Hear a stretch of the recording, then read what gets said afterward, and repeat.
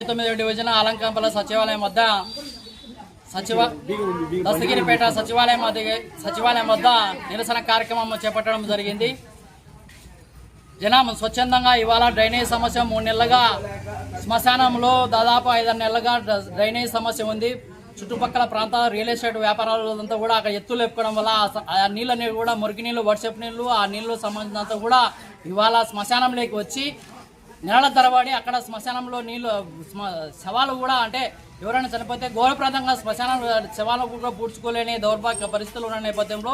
Corporation అధికారుల దృష్టికి, అదేవిధంగా స్థానిక ఎమ్మెల్యే దృష్టికి, అధికారులందరి దృష్టికి, ప్రజాప్రతినిధుల దృష్టికి తీసుకుపోయినప్పటికీ ఇవాళ ఏదో ఆదో చేస్తామని చెప్పి కల్లిబులు మాటలు చెప్పి కాలయాపన చేస్తున్న నేపథ్యంలో శ్మశానాన్ని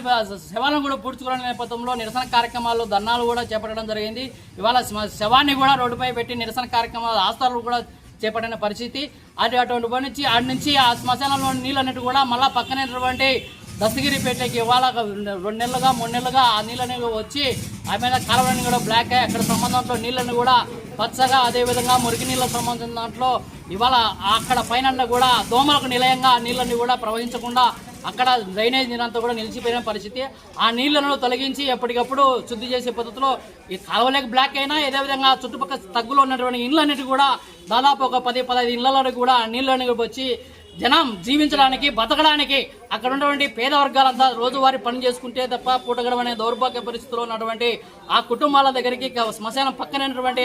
ఆ దస్తగిరిపేట సంబంధంలో అక్కడ సంబంధించి ఆ డ్రైనేజ్ సమస్యను పరిష్కరించాలని ఇవాళ కాలవేళ సచివాలయం అధికారుల దృష్టికి, కార్పొరేషన్ అధికారుల దృష్టికి ఇవాళ ఇక్కడ నుండి ప్రజలు కాలేరుగా తిరిగినప్పటికీ ఏమాత్రమూ స్పందించిన పరిస్థితి లేదు. ఇదో చేస్తాం, అదో చేస్తామని చెప్పి కలిపిల మాటలు చెప్పి ఒక మోటార్ పెట్టడం, లేదా ఒక పర్మిషన్ తెచ్చేయడం, 2 నాలుగు తాత్కాలికంగా నీళ్లు అటు ఇది చేయడం, మన తిరిగి యథావిధంగా నీళ్ళు వచ్చినప్పుడు, వరద నీళ్ళు వర్షాలు వచ్చినప్పుడు అంతా కూడా సమస్య తీవ్రమవుతున్న నేపథ్యంలో ఇవాళ వాళ్ళు స్వచ్ఛందంగా నిన్న రాస్తారోగా చేసిన పరిస్థితి. ఇవాళ మళ్ళా అధికారులు, సచివాలయం అధికారులు ఇక్కడ ఏం పని చేయడం అని చెప్పి ఇక్కడ సచివాలయం ఆలంకంపల 49వ డివిజన్ సచివాలయం